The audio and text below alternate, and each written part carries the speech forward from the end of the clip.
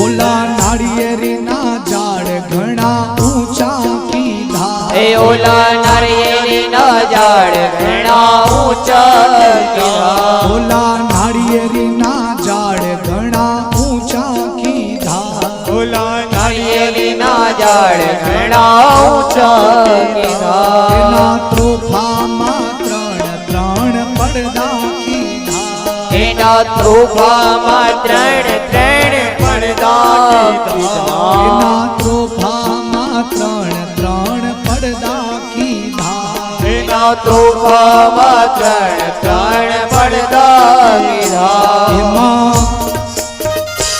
एमा पानी नो भरनार एने तमे ओळखी ल्यो एमा पानी नो भरनार एने तमे ओळखी ल्यो एमा पानी नो भरनार एने तमे ओळखी ल्यो एमा पानी नो घड़नार एने तमे ओळखी ल्यो जय हो सृष्टि ना सर्जनहार एने तमे ओळखी ल्यो श्याम सृष्टि ना सर्जनहार एने तमे ओळखी ल्यो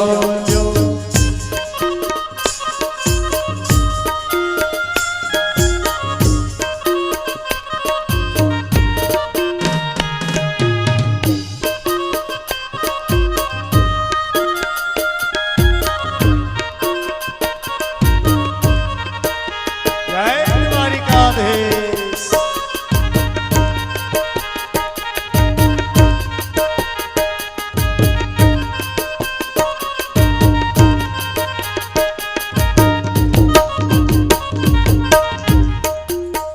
ए धन्य एकादशी एकादशी करिए तो रज सुख पाइए धन्य एकादशी एकादशी करिए तो व्रज सुख पामिए वाया ने वादड़ उमटिया वाया ने वादळ उमटा वाया ने वादड़ उमटिया वाया ने वादळ उमटा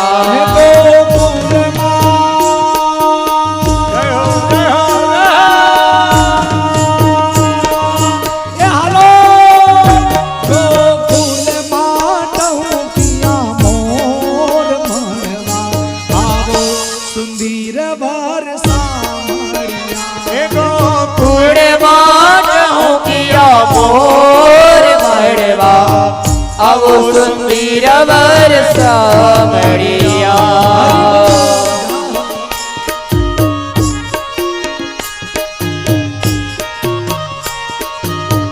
कृष्ण भगवान चालिया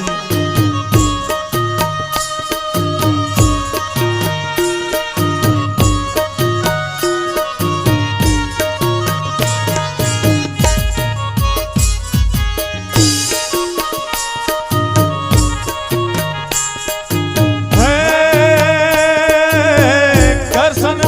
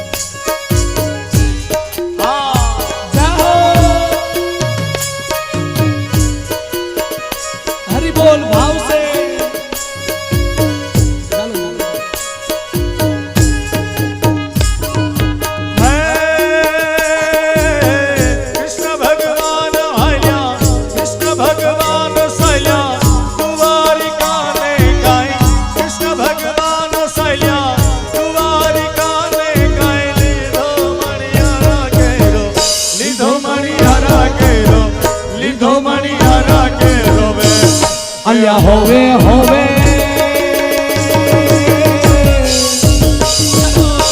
લીધો મણિયા રાતે રોવે કે હું તો તને મરી જાઉં મણિયારા કે હું તો તુને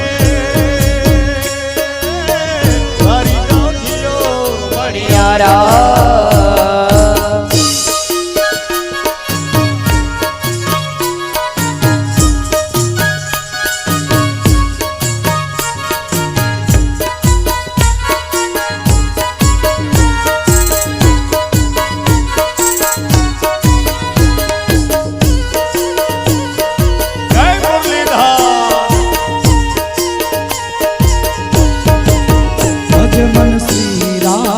ભજ મન શ્રી રાધે ભજ મન શ્રી રાધે ભજ મન શ્રી રાધે ભજ મન શ્રી રાધે ભજ મન શ્રી રાધે ભજ મન શ્રી રાધે મન શ્રી રાધે ભજ મન શ્રી રાધે ભજ મન શ્રી રાધે રાધે રાધે શ્રી રાધે મન ભજ શ્રી રાધે મન ભજ શ્રી રાધે મન ભજ શ્રી રાધે ભજ શ્રી રાધે ભજ મન શ્રી રાધે મન શ્રી રાધે ભજ મન શ્રી રાધે ભજ મન શ્રી રાધે ભજ મન શ્રી રાધે ભજ મન શ્રી રાધે ભજ મન શ્રી રાધે ભજ મન શ્રી રાધે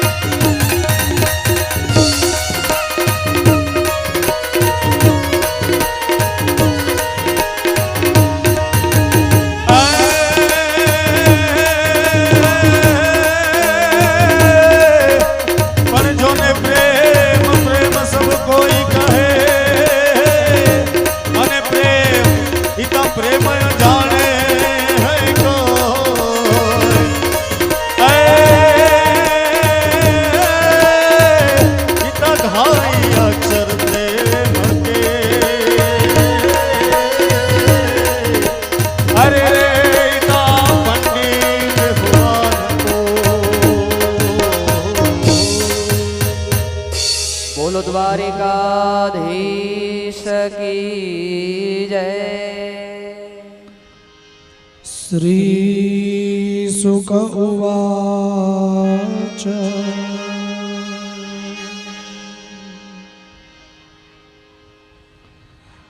करहि चित सुखमासीना स्वतल्पस्थां जगद्गुरु पतिं पर्यचरद भैष्मी व्यजने न सखी जने। ए परीक्षित एक दिवस जगतना परम पिता ज्ञानदाता भगवान श्री कृष्ण रुक्ष्मणीनी સાથે બેઠા હોય છે। એવામાં રૂક્ષ્મણીજીના મનની અંદર થોડો મોહ થાય છે, સૂક્ષ્મ અભિમાન થાય છે। રૂક્ષ્મણીજી મનમાં એવો વિચાર કરે કે ભગવાનને આટલી રાણી હોવા છતાં પણ સૌથી વધારે લાગણી અને પ્રેમ મારા ઉપર છે। ભગવાન એના મનની અંદર જે વાત છે ને એને સમજી જાય છે। ભગવાન પછી ઊભા થઈને રાજકાજની અંદર જાય। રૂક્મિણીજી પોતાની દાસીઓ હોય એમાં દાસીઓને કહે, જોયું દાસી, ભગવાનને આટલા બધા કામ હોય છે પણ જ્યારે જ્યારે સમય મળે ત્યારે ભગવાન મારી પાસે આવે છે ને મને મળે છે। અને આમ પણ 16,108 છે પણ પ્રથમ પૂજા તો રોજ હું જ કરું છું ને। પહેલી પૂજા હું કરું, પછી બધી એની રાણીઓ અને પટરાણીઓ પૂજા કરે।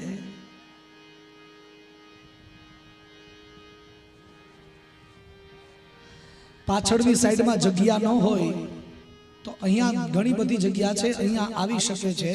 આ વચ્ચેની રેલિંગમાં પણ બેસવું હોય તો બેસી શકે છે, કોઈ તડકામાં નહીં બેસતા। બધા પ્રેમથી આગળ આવી જાજો, તમારો પ્રસંગ છે, તમને કોઈ રોકશે નહીં। જેની ઈચ્છા હોય તો આ બાજુથી દરવાજા તરફથી સામેના ગેટથી આગળ આવી અને બેસી શકો છો। વચ્ચે રેલિંગમાં જગ્યા છે એમાં પણ બેસી શકો છો।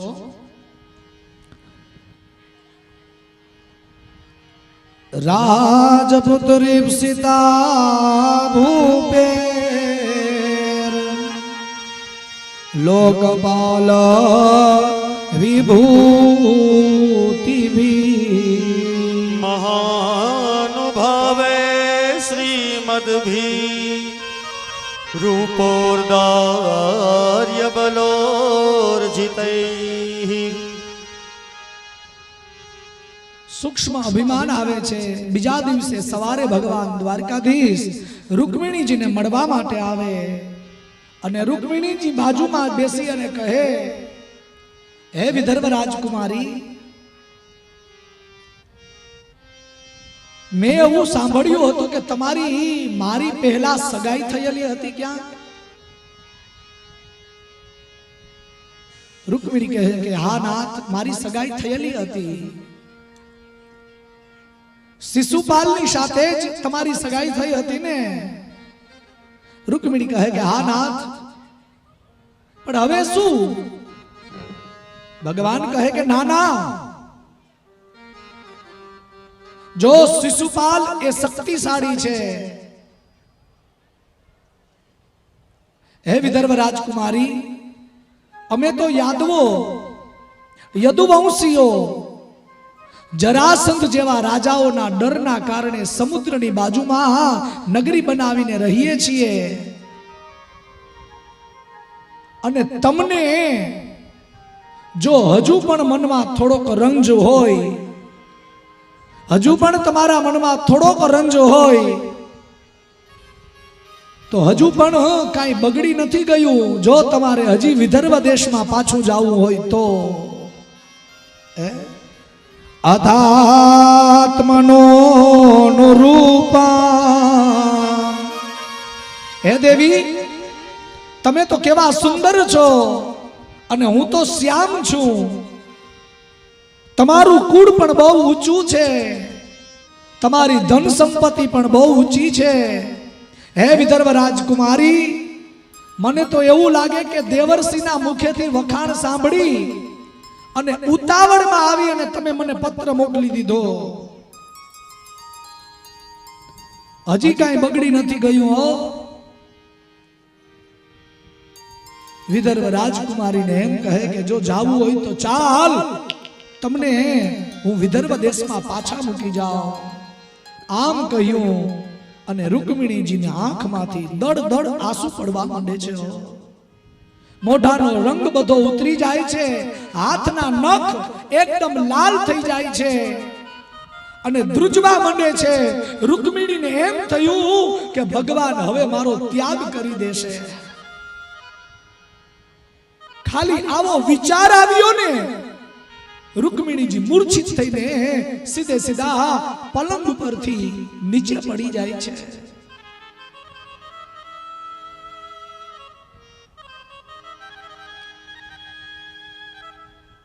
ભગવાન એના ઉપર જલ છાંટી અને જગાડે.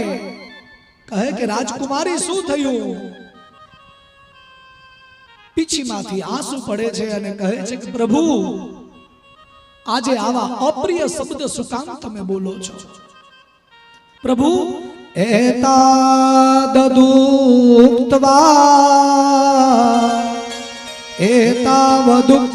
ભગવાન આત્માનં વલ્લભામિવ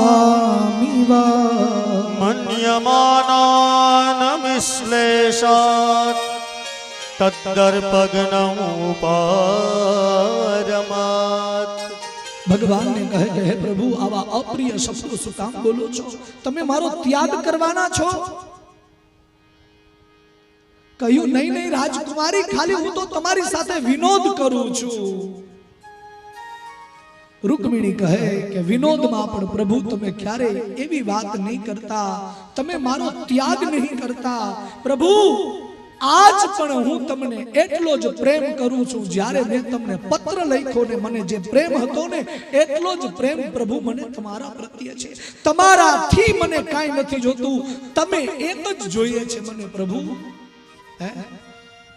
મામા વેદર્ભ્યસૂયેતા જાને ત્વામ મત પરાયણ ત્વદચઃ શ્રોતુકામેન સ્વેલ્યા ચરિતમાંગને.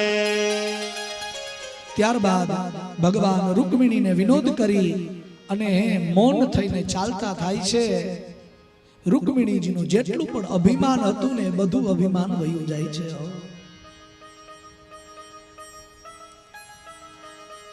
રૂકમિણીજી ભગવાનના ગુણ ગાય છે, ભગવાનની સ્તુતિ કરે છે. હવે ભગવાનનું દાંપત્ય જીવન આગળ વધે છે. ભગવાનને એક પ્રદ્યુમ્ન નામનો પુત્ર છે. બીજી રાણીઓને ત્યાં પણ સંતાનોના જન્મ થાય છે. ભગવાનની 16,108 રાણી, બધી રાણીને ત્યાં 10 પુત્રોના જન્મ થાય છે. કેટલા? 10 પુત્રોના. એક એક શસ્તા કૃષ્ણસ્ય પુત્રાન 10 બલા અજી જનન નવમાન પીતુ સર્વાત્મા સંપદા. એ પરીક્ષિત, ભગવાનને ત્યાં 16,108 રાણી, બધી રાણીને ત્યાં 10 દીકરાઓના જન્મ થાય. જેમાં રૂકમિણીજીએ જે 10 પુત્રોના જન્મ આપ્યા ને, એના નામ હું તમને સંભળાવું છું. રૂકમિણી દ્વારા પ્રદ્યુમ્ન, ચારુદેશણ, સુદેશણ, ચારુદેહ, સુચારુ, ચારુગુપ્ત, ભદ્રચારુ, ચારુચંદ્ર, વિચારુ અને ચારુ, આવા 10 પુત્રોના જન્મ થાય છે. ભગવાનના બીજા પત્ની જેનું નામ સત્યભામા છે, એને ત્યાં પણ 10 પુત્ર થાય છે, જેનું નામ ભાનુમાન, ચંદ્રભાનુ, બૃહદ ભાનુ, અતિ ભાનુ, શ્રી ભાનુ, પ્રતિભાનુ, શુભાનુ, સ્વર ભાનુ, પ્રભાનુ અને ભાનુમાન આમ પુત્રોના જન્મ થાય છે. પછી જાંબુવતીને ત્યાં પણ 10 પુત્રોના જન્મ થાય, જેનું નામ સાંબ, સુમિત્ર, પુરુજીત, શતજીત, સહસ્ત્રાજીત, વિજય, ચિત્રકેતુ, વસુમાન, દ્રવિડ અને ક્રતુ આ 10 પુત્રોના જન્મ થાય છે. હે પરીક્ષિત, ભગવાનના ચોથા પત્ની જેનું નામ સત્યા, એને ત્યાં પણ 10 પુત્રોના જન્મ થાય. ભગવાનના ત્રીજા પત્ની સત્યા, એને ત્યાં 10 પુત્રોના જન્મ થાય, જેનું નામ વીર. ચોથા પત્ની વીર, સત્યા દ્વારા વીર, ચંદ્ર, અશ્વસેન, ચિત્રગુ, વેગવાન, વૃષ, આમ, શંકુ, વસુ અને કુંતી. ત્યારબાદ ભગવાનના કાલિંદી નામના પત્ની, એને ત્યાં પણ 10 પુત્ર થાય છે, જેનું નામ શ્રુત, કવિ, વૃષ, વીર, સુબાહુ, ભદ્ર, શાંતિ, દર્શ, પૂર્ણમાસ અને સોમક નામના પુત્રોના જન્મ થાય. પછી ભગવાનના લક્ષ્મણા નામના જે પત્ની હતા, એના દ્વારા પ્રઘોષ, ગાત્રવાન, સિંહ, બલ, પ્રબલ, ઉર્ધ્વગ, મહાશક્તિ, સહ, ઓજ અને અપરાજિત નામના પુત્રોનો જન્મ થાય. ભગવાનના મિત્રવંદા નામના 8મા પત્ની દ્વારા વૃક, હર્ષ, અનિલ, ગૃદ્ર, વર્ધન, અન્નાદ, મહાસ, પાવન, વહની અને ક્ષુધિ નામના પુત્રોનો જન્મ થાય.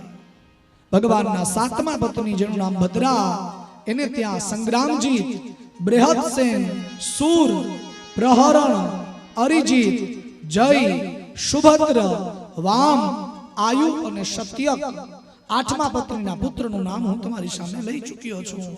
આમ ભગવાનની અષ્ટપટરાણીઓના સંતાનોના નામ સંભળાવ્યા. બીજી પણ ભગવાનની 16,100 પત્ની છે, એ દરેકના નામ પુરાણોમાં બતાવ્યા છે, પણ આપણી પાસે સમય નથી એટલો. 80 નામ મેં તમને સંભળાવ્યા છે. ભગવાનને કેટલા પુત્ર છે ખબર?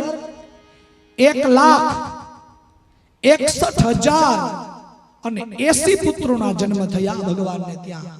1,61,000 અને 80 પુત્રોના જન્મ થયા. અને પછી ભગવાન એક દિવસ હિંડોળા ઉપર બેઠા છે. રૂકમિણીજી ભગવાનની પૂજા કરે છે. રૂકમિણીજી ભગવાનની પૂજા કરે છે. ભગવાનની પૂજા કરતા કરતા ભગવાનના મુખની સામે જોવે ને, તો ભગવાનના મસ્તકમાં એક ભ્રુકુટી, ભગવાનના મસ્તકમાં એક કડચલી પડે છે. શું પડે છે? કડચલી. ભગવાનના માથામાં કડચલી પડે છે. રૂકમિણીજી ઊભા થઈ અને ભગવાનને કહે કે નાથ, આજ તમે કોઈ ચિંતામાં છો?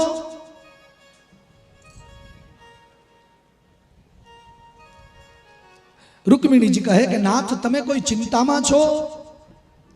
કહ્યું કે નહીં દેવી, કાંઈ ચિંતામાં નથી. કહ્યું કે નહીં પ્રભુ, તમારા મસ્તકમાં મેં કડચલી જોઈ, અને અહીંયા જે ચિંતાની કડચલી હોય ને, એ ધર્મપત્ની હોય ને એ સમજી જાય.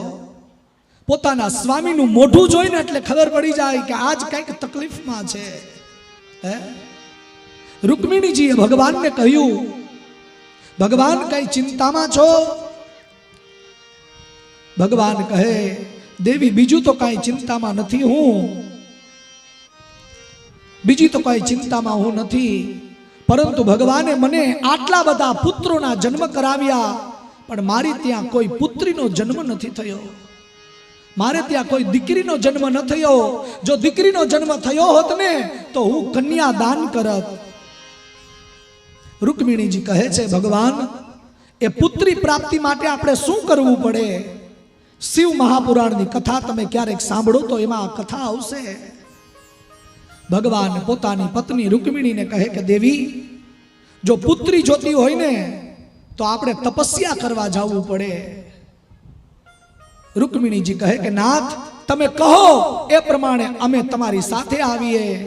ભગવાન સોનાનો રથ લઈ, અષ્ટપટરાણીઓને સાથે લઈ અને ભગવાન માનસરોવર કૈલાસમાં જાય છે.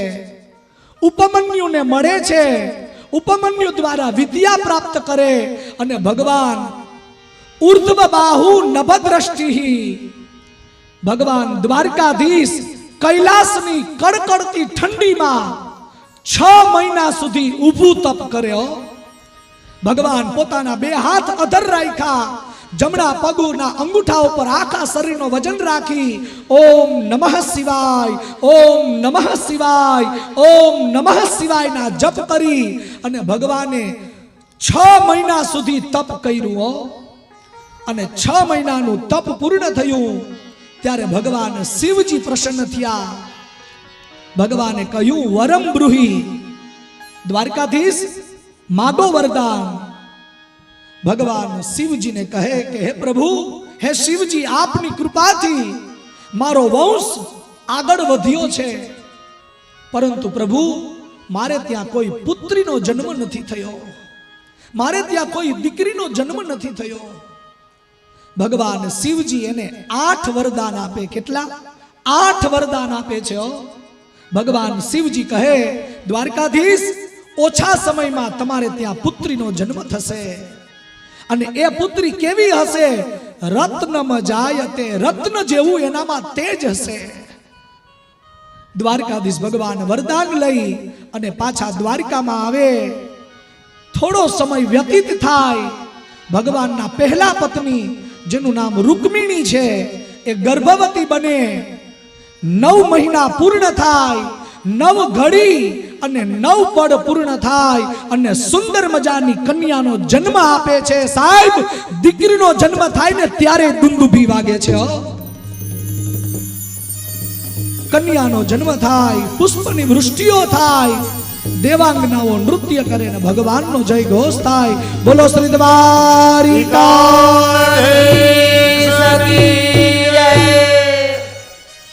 અને ત્યારબાદ ભગવાન સુંદર મજાનો ઉત્સવ મનાવે અને એ દીકરીના નામકરણ સંસ્કાર કરે છે.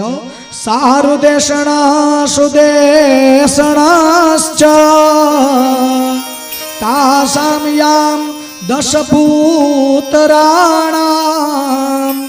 કૃષ્ણ સ્ત્રીણામ પુરોદિતા અષ્ટા અંતસ્તત પુત્રાન પ્રદ્યુમ્નાદિન ગૃણામિતે.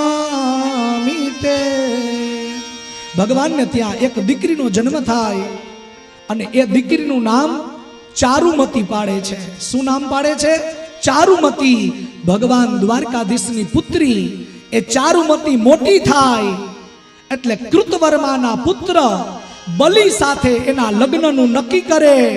બલિની જાન દ્વારકામાં આવે અને ભગવાન કન્યાદાન દેવા માટે બેસે છે. હાથમાં જલ લે અને બ્રાહ્મણો સંકલ્પ કરાવે. બધી રાણીઓ ભગવાનને હાથ લગાવીને બેઠી અને ભગવાન પોતાની પુત્રી કન્યાનું ચારુમતીનું કન્યાદાન કરે છે અને કન્યાદાનનું પુણ્ય પ્રાપ્ત કરે ત્યારે પૂર્વજો આનંદમાં આવી જાય છે. કારણ કે દીકરીનું દાન થાય ને એટલે પિતૃઓનો મોક્ષ થઈ જાય. સાહેબ, ભગવાને કન્યાદાનનું પુણ્ય પ્રાપ્ત કર્યું. મારે તો ખાલી આટલું કહેવું છે, જો દ્વારકાધીશને ત્યાં પુત્રીનો જન્મ થાય અને એ દ્વારકાધીશને 6 મહિના સુધી જો તપ કરવું પડતું હોય અને તમારે ત્યાં દીકરીનો જન્મ થાય તો સાહેબ જરાય પણ ઓછું નહીં લગાડવાનું. દીકરીનો જન્મ થાય એટલે પેંડા વેચવા અને મોટો ઉત્સવ મનાવો. બોલો દ્વારિકાધીશ કી જય હો, જય હો, જય હો. આગળની કથા હું વર્ણવું એ પહેલા નકુમ પરિવારના શબ્દોને માન આપી જામનગરની બાજુમાં છેક ધુવાઉથી આપણા સતવારા સમાજના અગ્રણી અને એ ગામની અંદર પણ એ સરપંચનું પદ જેને મળ્યું છે એવા અમારા મુરબ્બી કાનજીભાઈ ઓધવજીભાઈ પરમાર આપણી વચ્ચે ઉપસ્થિત છે, સતવારા સમાજના અગ્રણી છે. એકવાર જોરદાર તાળીથી એનું અભિવાદન કરો, એનું સ્વાગત કરો. કૃષ્ણ ગોવિંદ ગોવિંદ ગોપાલ નંદના, કૃષ્ણ ગોવિંદ ગોવિંદ ગોપાલ નંદના, કૃષ્ણ ગોવિંદ ગોવિંદ ગોપાલ નંદના, રાધે ગોવિંદ ગોવિંદ ગોપાલ નંદના, કૃષ્ણ ગોવિંદ ગોવિંદ ગોપાલ નંદલાલ, રાધે ગોવિંદ ગોવિંદ ગોપાલ નંદલાલ. ઓ કૃષ્ણ ગોવિંદ ગોવિંદ ગોપાલ નંદના, રાધે ગોવિંદ ગોવિંદ ગોપાલ નંદના, મેરો યશોદા કો લાલ, મેરો યશોદા કો લાલ, યશોદા કો લાલ, મેરો ગિરિધર ગોપાલ. યશોદા કો લાલ મેરો યશોદા કો લાલ, યશોદા કો લાલ મેરો યશોદા કો લાલ, ઓ યશોદા કો લાલ, મેરો યશોદા કો લાલ, યશોદા કો લાલ, મેરો ગિરિધર ગોપાલ. યશોદા કો લાલ મેરો યશોદા કો લાલ, રાધે યશોદા કો લાલ મેરો ગિરિધર ગોપાલ. કૃષ્ણ ગોવિંદ ગોવિંદ ગોપાલ નંદલાલ, હરિ બોલ. રાધે ગોવિંદ ગોવિંદ ગોપાલ નંદલાલ. ઓ કૃષ્ણ ગોવિંદ ગોવિંદ ગોપાલ નંદના, રાધે ગોવિંદ ગોવિંદ ગોપાલ નંદના, કૃષ્ણ ગોવિંદ ગોવિંદ ગોપાલ નંદલાલ, રાધે ગોવિંદ ગોવિંદ ગોપાલ નંદલાલ. કૃષ્ણ ગોવિંદ ગોવિંદ શ્રી ગોપાલ રાધે. નંદના, રાધે ગોવિંદ ગોવિંદ ગોપાલ નંદના, કૃષ્ણ ગોવિંદ ગોવિંદ ગોપાલ નંદલાલ, કૃષ્ણ ગોવિંદ ગોવિંદ ગોપાલ. નંદલાલ.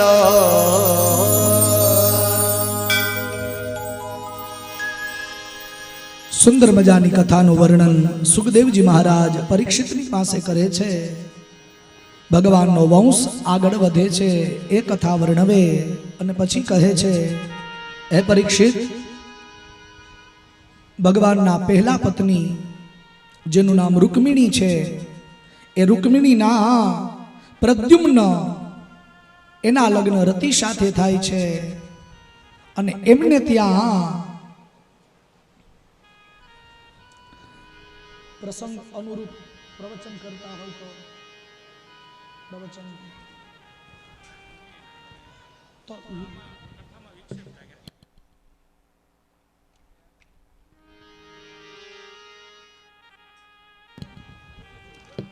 દીપ્તિમાંસ્તામ્રતપતાદિયા રોહિણ્યા સ્તનયા હરે પ્રદ્યુમ્ના ચાણિરોદ્ધોભૃગ રુગમત્યામ મહાબલ. હે પરીક્ષિત, રૂકમિણીના પુત્ર પ્રદ્યુમ્ન એના લગ્ન રતિ સાથે થાય છે અને એ જ પ્રદ્યુમ્નના બીજા લગ્ન રૂકમિણીનો ભાઈ જેનું નામ રૂકમ છે અને એની પુત્રી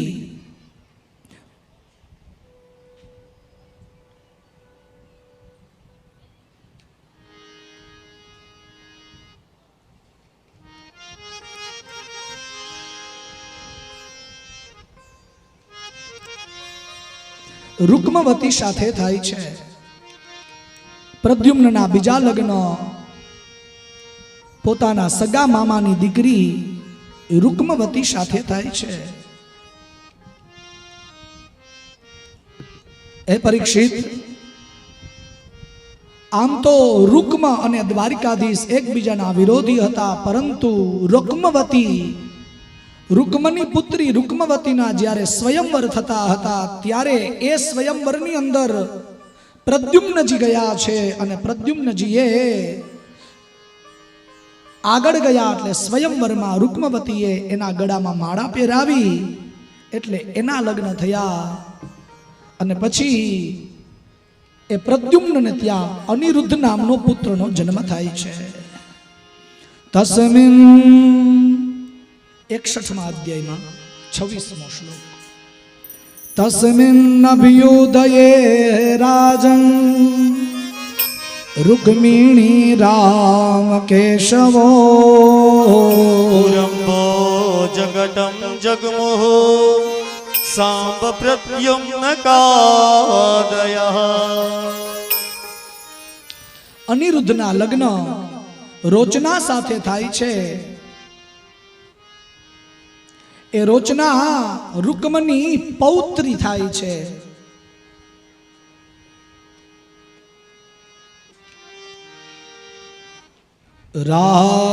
રાજોવાચ. પરીક્ષિત મહારાજ કહે છે, રૂકમ અને ભગવાનને વિરોધ હતો તો ભગવાને રૂકમએ પોતાની પુત્રી પણ આપી ભગવાનના પુત્ર વેરે, અને ભગવાન દ્વારકાધીશનો પૌત્ર અનિરુદ્ધ એની સાથે રૂકમની પૌત્રી રોચનાના પણ લગ્ન થાય છે. લગ્નનું નક્કી થયું. દ્વારકાથી જાન ભોજકટની અંદર ગઈ અને ભોજકટ જાન ગઈ એટલે જાનના સામૈયા તો થયા, પણ સામૈયાની સાથે ત્યાં એક ચોપાટ પાથરવામાં આવે અને રૂકમ આવીને એમ કહે છે, દાઉજી અમારી સાથે ચોરસ રમશો? દાઉજીને ચોરસ રમતા આવડતું નથી હો. પણ રૂકમ વારે વારે કહે છે એટલે દાઉજી કહે છે, જેમ તમારે રમવું હોય હું તમારી સાથે છું. ચોરસની અંદર પહેલો દાવ મૂકવામાં આવે છે. શતમ સહસ્રમયુતામ રામસ્તત રાદદે પરમ તંતુમ રૂક્મ્ય જયત તત્ર કાલિંગ પ્રાહસદ બલમ. બલરામજી ચોરસની અંદર પહેલો દાવ 100 સોના મોહરનો લાગે છે. 100 સોના મોહર હારે છે. રૂકમ વારે કહે છે એટલે બીજી વખત 1000 સોના મોહરનો દાવ લગાવે છે, એ પણ હારે છે. પછી ત્રીજો દાવ લગાવે છે 10,000 સોના મોહરનો, એ પણ દાઉજી હારે છે. દાઉજી કહે, રૂકમ અમારી ઈચ્છા નથી આગળ આ રમવાની. અને ત્યારે દાઉજીની બધા મસ્કરીઓ કરે છે. મન્યુનાક્ષુતિભ શ્રીમાન કહે છે કે હે શ્રીમાન, ડરી ગયા છો કે શું? આમે તમે ડરીને જ સમુદ્રની બાજુમાં તો રહો છો, એમ કહે છે. મન્યુનાક્ષુતિભ શ્રીમાન સમુદ્ર ઇવ પર્વણી જાત્યારુણાક્ષોતિરુષા ન્યર્બુદં ગ્લહમાદદે. દાઉજી પછી ચોરસમાં 1,00,000 સોના મોહરનો દાવ મૂકે છે. દાઉજી જીતે છે, પણ રૂકમ ખોટું બોલે છે કે તમે હારી ગયા. એટલે દાઉજીને ખબર નથી, કહ્યું કે તો હારી ગયા હશું. પછી અર્બુદ એટલે 10 કરોડ સોના મોહરનો દાવ મૂકે છે. એ પણ દાઉજી જીતે, પણ રૂકમ કહે છે કે તમે હારી ગયા. દાઉજી કાંઈ બોલતા નથી, પણ આકાશમાંથી આકાશવાણી થયો, વ્યોમવાણી આકાશવાણી થઈ. અને આકાશવાણીના શબ્દો એમ હતા, દાઉજી છેલ્લા બંને દાવો તમે જીત્યા છો અને રૂકમ હાર્યો છે. દાઉજીએ કહ્યું, રૂકમ તમે હાર્યા છો ને અમે જીત્યા છીએ, અમારા સોના મોહર અમને પાછા આપી દો, હવે આ ચોરસ બંધ કરી દો. રૂકમાં ઉપહાસ કરે છે એટલે દાઉજીને ક્રોધ આવે છે. એને દાઉજીને ક્રોધ આવે. બાજુમાં મુદગર પડ્યું હતું, એ મુદગર ઉપાડે છે પોતાના હાથમાં. રૂકમિણે વહમધિક્ષિપ્તો રાજભિશ્ચોપહાસિતઃ ક્રુદ્ધઃ પરિગમુદ્યમ્ય જગનેतं રૂમણ સંસદી. દાઉજી મુદગર ઉપાડી અને રૂકમના માથા ઉપર મારે છે અને રૂકમના માથા ઉપર પાડે છે એટલે એના શરીરમાંથી પ્રાણ નીકળી જાય છે. રૂકમનું મૃત્યુ થાય છે. દાઉજી ઊભા થઈને ચાલતા થાય. લગ્નનો પ્રસંગ હતો, એમાં ક્રોધ આવ્યો. કેના કારણે આવ્યો? દ્યુત રમવામાં આવ્યું ને એટલે. એટલા માટે એવી ક્રીડાઓ પણ ન કરવી લગ્ન પ્રસંગમાં જેના કારણે એકબીજાના પ્રત્યે રોષ ભાવ પ્રગટ થાય. ભગવાન આ સાબિત કરવા માંગે છે ખાલી વાતને. દાઉજી ઊભા થઈને ચાલતા થાય. ભગવાન બેઠા છે, જોવે છે રૂકમાં મૃત્યુ પાયમાં, પણ દાઉજીને કાંઈ નથી કહેતા. જો દાઉજીને કાંઈ કહે તો દાઉજીને ખોટું લાગે. રૂકમિણીજી રાહ જોઈને બેઠા કે હમણાં જ કંઈક કહેશે. ભગવાન કાંઈ નથી બોલતા. કદાચ બોલવામાં આવે ને પરસ્પર રૂકમિણી અથવા દાઉ કોઈને ખોટું લાગે તો ભગવાન કાંઈ નથી બોલતા, મૌન રહ્યા. અને પછી રૂકમનું મૃત્યુ થયું. એની ક્રિયાઓ પૂર્ણ કરી ભગવાન રૂકમની પૌત્રીને લઈ અને દ્વારકામાં આવ્યા. લગ્ન પ્રસંગને સમાપન કર્યો છે.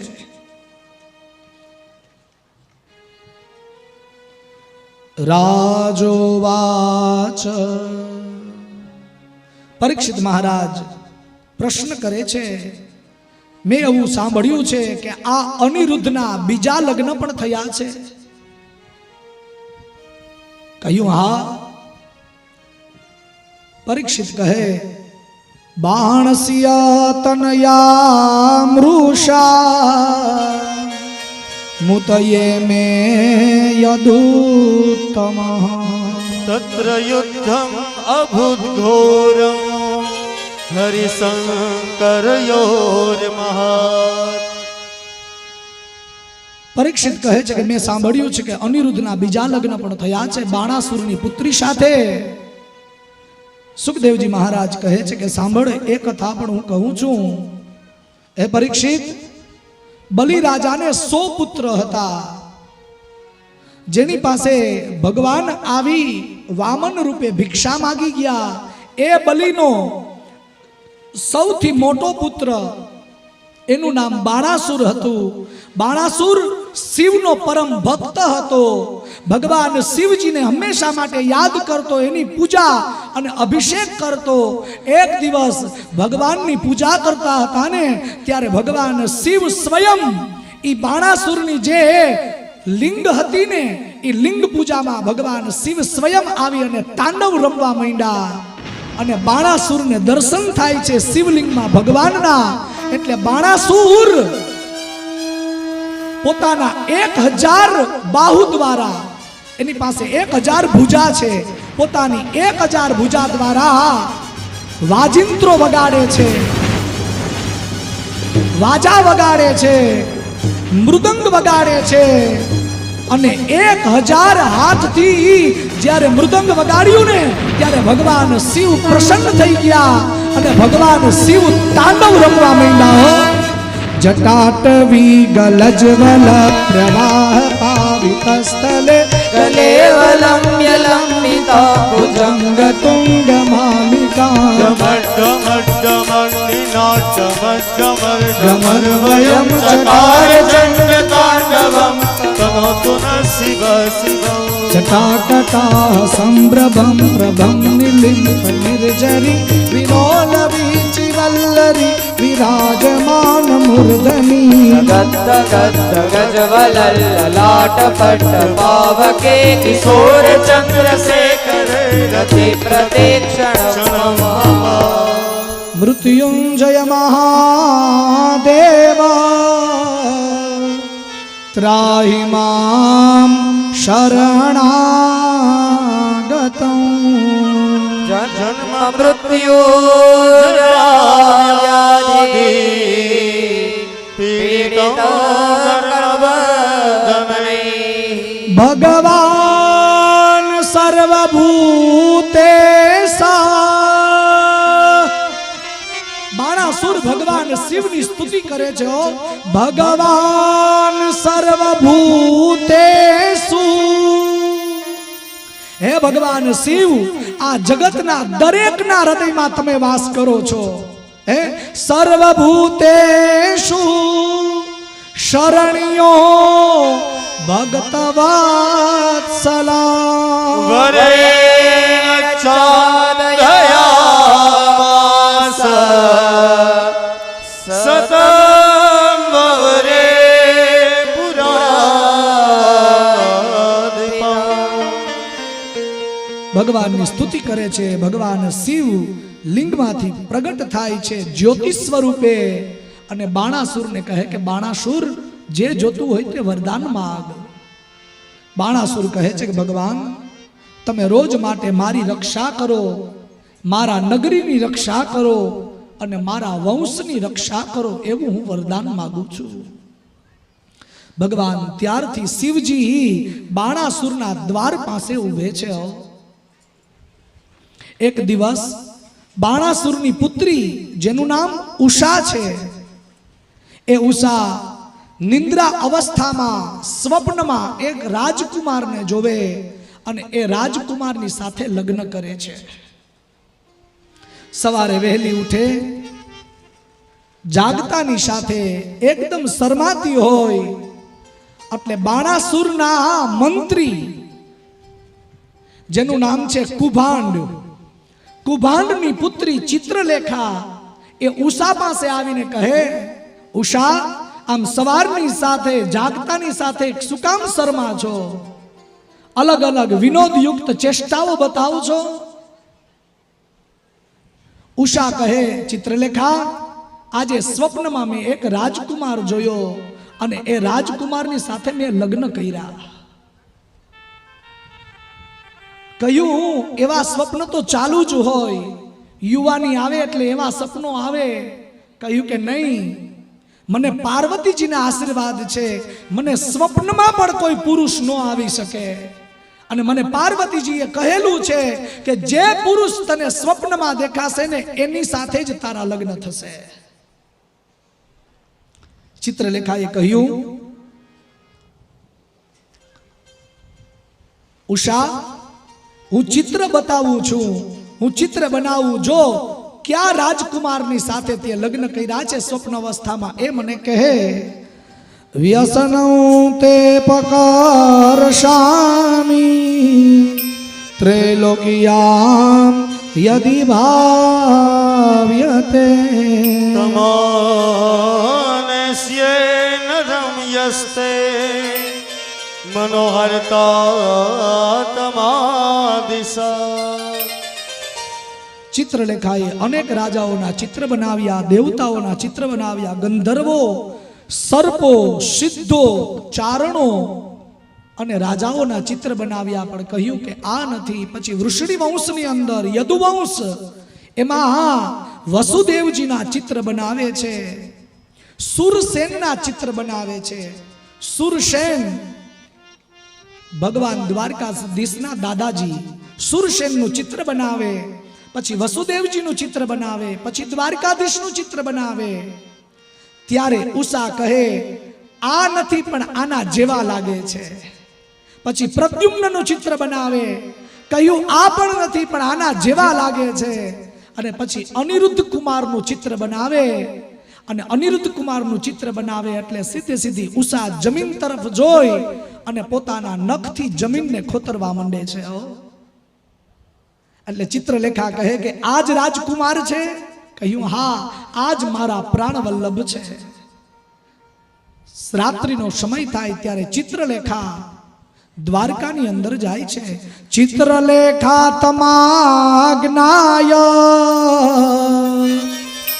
પોતરમ કૃષ્ણસ્ય યોગિની દ્વારકામાં જાય છે. ચિત્રલેખા યોગિની છે. દ્વારકામાં જાય પણ દ્વારકામાં સુદર્શન ચક્ર ફરે છે. દ્વારકામાં કોઈ પ્રવેશ ન કરી શકે. રાત્રિના સમયે સુદર્શન ચક્ર પહેરો આપે છે. ચિત્રલેખા દેવર્ષિને યાદ કરે. દેવર્ષિ નારદ આવે, સુદર્શનની પાસે જઈને કહે કે સુદર્શન, આમ આખી રાત્રિ ફરે રાખશો? અને સુદર્શન ચક્ર અને નારદજી જ્યાં વાતો કરતા હોય ને આટલામાં જ ઓલી ચિત્રલેખા દ્વારકામાં પ્રવેશ કરી જાય. શયનખંડમાં જાય છે. અનિરુદ્ધની પાસે જાય. અનિરુદ્ધને જોઈ એની સૈયાની સાથે એની અનિરુદ્ધનું હરણ કરી અને દ્વારકામાંથી નીકળી જાય છે ચિત્રલેખા. દ્વારકામાંથી જ્યાં બહાર નીકળે ને ત્યાં તો દેવર્ષિ કહે, સુદર્શન, બહુ મારી સાથે ચર્ચાઓ નહીં કર. તારે પહેરો પણ લગાવવો હોય, પછી કાલ સવારે કઈ અજુકતું થશે તો એમ કહીશ કે દેવર્ષિ દ્વારા થયું છે. હે નારાયણ નારાયણ કરી દેવર્ષિ નીકળી જાય. સુદર્શન પાછું ચાલુ થઈ જાય. ચિત્રલેખા એ રાજકુમારની સૈયા શોણિતપુરની અંદર ઉતારે છે. શોણિતપુરની અંદર બાણાસુર અને એનો રાજમહેલ જેમાં ઉષાનું સૈયાખંડ છે ત્યાં એ ઉતારે. સવાર પડે છે. એ પુત્ર જાગે છે. રાજકુમાર ઉષાને જોવે છે. ઉષા અનિરુદ્ધને જોવે છે. એકબીજા પ્રત્યેની સાચી લાગણી અને પ્રેમ ગાંધર્વ લગ્ન કરે છે. ગાંધર્વ લગ્ન કરે છે. એક દિવસ બાણાસુરને એના સિપાઈઓ દ્વારા જાણ થાય છે કે ઉષાની બાજુમાં કોઈ પરપુરુષ છે. તામ તદા યદુવીરેણ, કોઈ પરપુરુષ છે એમ કહે. એ સમયે બાણાસુર આવીને તપાસ કરે. ચિત્રલેખા પાસે માયાવી શક્તિ છે એટલે છુપાવી દે, પણ બાણાસુર પાસે પણ માયાવી શક્તિ છે એટલે એ પુરુષને પ્રગટ કરે અને કહે છે કે રાજકુમાર કોણ છો? કહે કે અનિરુદ્ધ મારું નામ છે અને દ્વારકાધીશનો પૌત્ર છું. બાણાસુર નાગપાસથી અનિરુદ્ધને બાંધી દે છે. નાગપાસથી અનિરુદ્ધને બાંધે છે. 4 મહિના પૂર્ણ થયા. દ્વારકાધીશને સમાચાર મળે છે દેવર્ષિ દ્વારા કે તમારા પૌત્રને નાગપાસથી બાંધી દીધા છે બાણાસુરે. અને ભગવાન દ્વારકાથી મોટું બધું સૈન્ય લઈ, ચતુરંગીની સેના લઈ અને ભગવાન બાણાસુરની સાથે યુદ્ધ કરવા માટે આવે છે. એ સમયે બાણાસુરની રક્ષા કરવા માટે ભગવાન શિવ આગળ આવે છે. હરિ અને હરનું યુદ્ધ થાય છે. હરિ અને હરનું યુદ્ધ થાય ને એટલે જોવા માટે દેવતાઓ આવ્યો. એમ કહ્યું ભગવાન શ્રી કૃષ્ણ અને શંકર ભગવાન શિવ સામે છે. આ બાજુ પ્રદ્યુમ્ન અને ભગવાન શિવનો પુત્ર કાર્તિક સ્વામી એ પણ યુદ્ધ કરે છે. આ બાજુ બલરામજી અને કુભાંડ જે બાણાસુરનો મંત્રી છે એ પણ યુદ્ધ કરે છે. એક બાજુ બાણાસુરનો પુત્ર અને સાંબ યુદ્ધ કરે અને એક બાજુ બાણાસુર અને સાત્યકી ભગવાનનો સારથી છે એ યુદ્ધ કરે. બહુ ઘમાસાન યુદ્ધ થાય છે. અંતગતવા એ યુદ્ધને શાંત કરવા માટે બ્રહ્માજી આવે છે. બાણાસુરની 996 ભુજાઓ ભગવાન એના શરીરથી અલગ કરી દે છે અને 4 જ ભુજા બાણાસુરને બાકી રહે. બાણાસુરને 1000 હાથ હતા. 996 હાથ ભગવાન ઉખાડી દે છે. એ ભુજાઓને અલગ કરે. 4 હાથ બાકી રહ્યા. 2 હાથથી ભગવાન દ્વારકાધીશને વંદન કરીને પ્રાર્થના કરી અને 2 હાથથી ભગવાન શિવની પ્રાર્થના કરી. ભગવાને કહ્યું દ્વારકાધીશ, તમે તો અજીત છો. આ જગતમાં એવો કોઈ નથી વ્યક્તિ કે તમે જીતી ન શકો, પરંતુ આ બાણાસુર મારા પુત્ર સમાન છે. અને ભગવાન આમ પણ તમે પ્રહલાદને વચન આપ્યું છે કે પ્રહલાદને તમે કહેલું છે કે પ્રહલાદ તારા વંશમાં જે જન્મશે ને એ કોઈને હું મારીશ નહીં. આ પ્રહલાદજીના વંશમાં જ આવેલા છે બાણાસુર, માટે પ્રભુ તમે એને મારશો નહીં. બાણાસુરને અભય કરે છે. શિવનો ગણ બનાવી દે છે. બાણાસુરની પુત્રીના લગ્ન અનિરુદ્ધ સાથે થાય. ચૈત્ર મહિનો છે એટલે ઓખા હરણની કથા મેં તમને સંભળાવી દીધી, જેનું પુણ્ય તમને પ્રાપ્ત થાય અને પિતૃઓને મોક્ષ થાય. આ કથા જોઈ ય એવં કૃષ્ણ વિજયામ શંકરેણ ચ સંયુતા સંસ્મરે પ્રાતરુત્થાય ન તસ્ય સ્યાત્ પરાજયઃ. કોઈ પણ મનુષ્ય આ કથા શ્રવણ કરે તો એના બધા પાપ બળી જાય. વહેલી સવારે ચૈત્ર મહિનામાં ખાસ કરીને આનો કોઈ પાઠ કરે તો જીવનમાં દરેક પ્રકારના પાપમાંથી એને મુક્તિ મળે. ધર્મરાજ યમનું એક વ્રત આવે છે. એ ધર્મરાજના વ્રતનું જેટલું પુણ્ય મળે એટલું જ પુણ્ય આ ઓખા હરણની કથાનું મળે છે. ધર્મરાજનું વ્રત જે બેનો કરતા હોય, આગળના જમાનામાં થતું. ધર્મરાજાનું વ્રત એ જીવતા જગતિયું છે. જીવતા જગતિયું કરવું હોય તો ધર્મરાજાનું વ્રત કરવું. અહીંયા જે પૂજા પુણ્ય કરો, દાન કરો, એ મૃત્યુ બાદ આપણને ત્યાં જ મળી જાય છે. અરે આપણે જઈએ ને આપણી પાછળ કોઈ ક્રિયા કરે એ તો હારા હોય તો કરે, નકર જય દ્વારકાધીશ. સંતાનો સારા હોય ને સારા સંસ્કારો હોય તો સાહેબ હરજી બાપાની નામથી આ ભાગવત કથા થઈ. એમ સાહેબ આપણા સંતાનો સારા ને સંસ્કારી હોય તો આપણા નામથી કોઈ કથા કરે. પણ હું તો એમ કહું છું કે રાહ નહીં જોતા. ભગવાને સમય, સંપત્તિ અને સમજણ આ ત્રણેય વસ્તુ આપી હોય ને તો પોતાની જાતે જ ભગવાનની પૂજા કરી લેજો, યજ્ઞ કરી લેજો, કથા કરી લેજો, હાથે એ સાથે. ત્યાં સુધીની કથાનું વર્ણન સુખદેવજી મહારાજે પરીક્ષિતની પાસે કર્યું. આગળની કથામાં દંતવક્ત્ર અને શિશુપાલનો ભગવાન ઉદ્ધાર કરવાના છે અને ભગવાન પોતાના પરમ મિત્ર એટલે સુદામાજીને મળવાના છે. સુદામા પોરબંદરથી દ્વારકામાં જવાના છે. સાહેબ એ દિવ્ય ચરિત્રની કથા આજે બપોર પછીના બરોબર 3 વાગ્યાના સત્રમાં આપણે જોશું. સુદામા ચરિત્ર, પરીક્ષિતનો મોક્ષ, અંતિમ ઉપદેશ અને ભાગવતજીની હુંડી આજે બપોર પછીના સત્રમાં છે. જેની પણ ઈચ્છા હોય તે પ્રેમથી પધારજો. ભગવાનની હુંડી સાંભળે તો વચ્ચે કોઈ કથા રહી ગઈ હોય તો ભગવાન એમાંથી મુક્ત કરે ને આખી ભાગવતજીનું પુણ્ય હુંડી સાંભળવાથી પ્રાપ્ત થાય. 7 દિવસની કથામાં વચ્ચે કોઈ કથા છૂટી ગઈ હોય કોઈ કાર્યના કારણે તો એનું પુણ્ય અધૂરું ન રહે. એટલે બપોર પછી હુંડી પણ છે, પ્રેમથી આવજો. અત્યારની કથાને વિરામ આપીએ તે પહેલા ભગવાનના નામનું સંકીર્તન, ભગવાનને દૂધ પીવડાવશું અને કથાને વિરામ આપશું.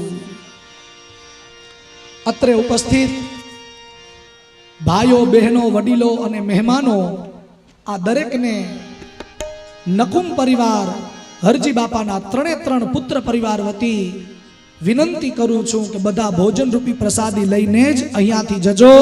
સમય હોય તો પ્રેમથી રોકાજો.